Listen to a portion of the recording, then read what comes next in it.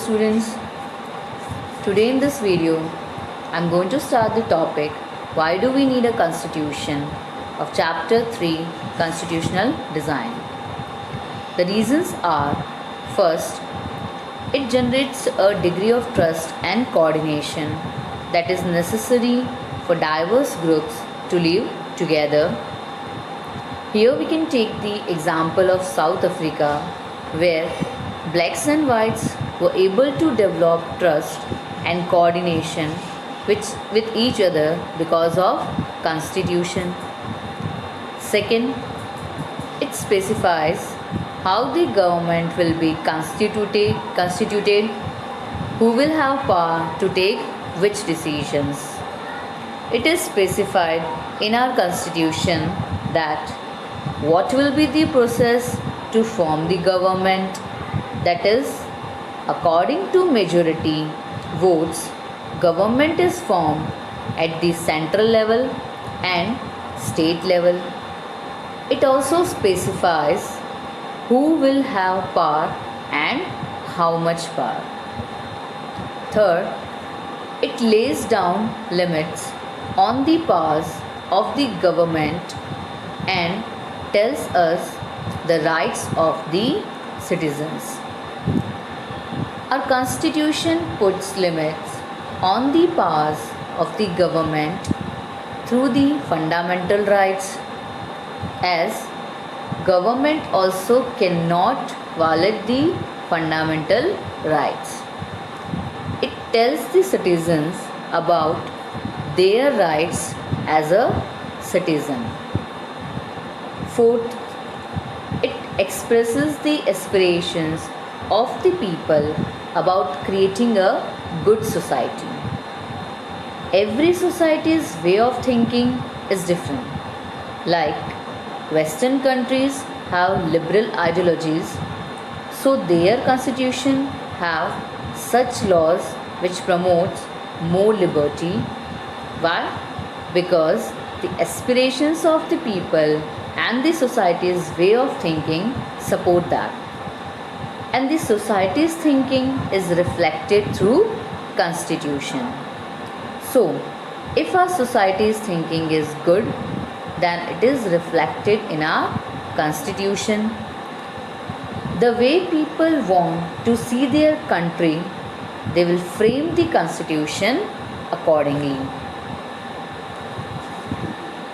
Now we'll move towards our next topic, that is making of Indian Constitution. The making of the Constitution for a huge and diverse country like India was not an easy affair.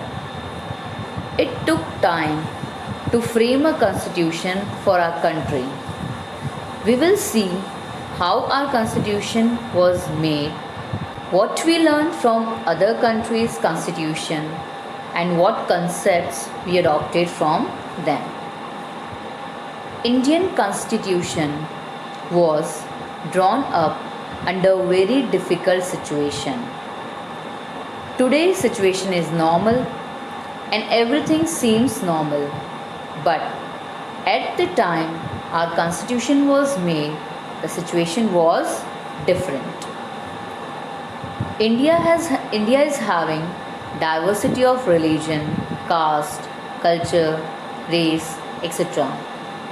At that time, every diverse group has different demand, and it was not easy to accommodate all diverse group and at the same time to make a constitution which is acceptable to all diverse group.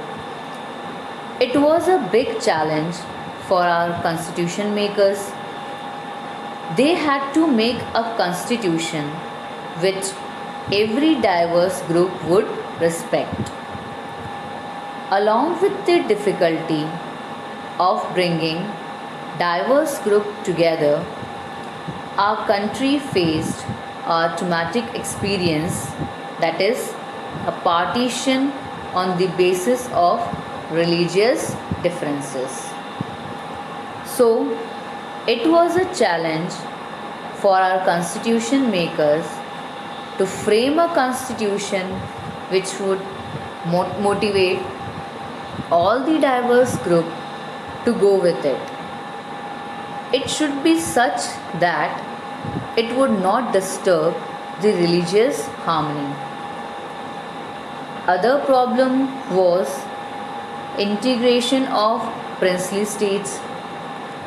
The British had left it to the rulers of the princely states to decide whether they wanted to merge with India or with Pakistan or remain independent.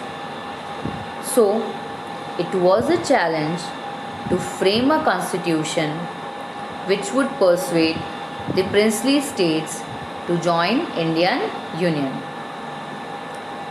At that time, our constitution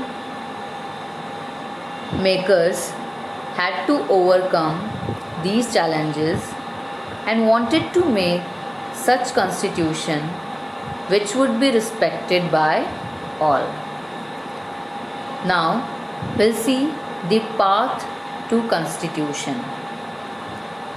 In South Africa, blacks and whites had to accommodate their differences and make a constitution. We had one advantage as compared to South Africa. That is, South Africa didn't have struggled before for this. They didn't have any idea beforehand.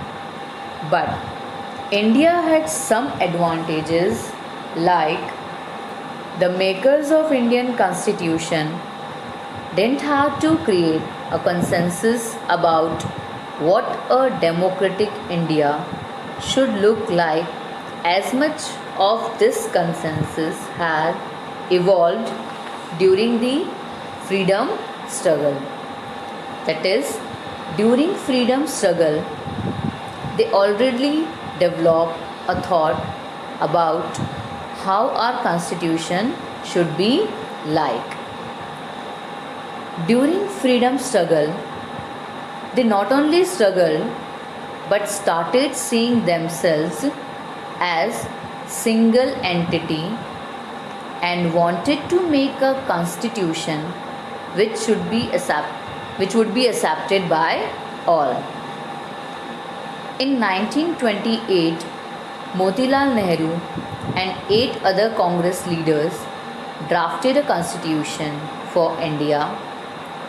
In 1931, the resolution was passed at the Karachi session on how independent India's constitution should look like. Here, it was decided to include universal adult franchise, right to vote for all, right to freedom and equality, and to protecting the rights of minorities in the Constitution of Independent India. The familiarity with political institutions of colonial rule also helped develop an agreement over the institutional design. In 1937, elections were held for provincial legislatures and ministers all over British India.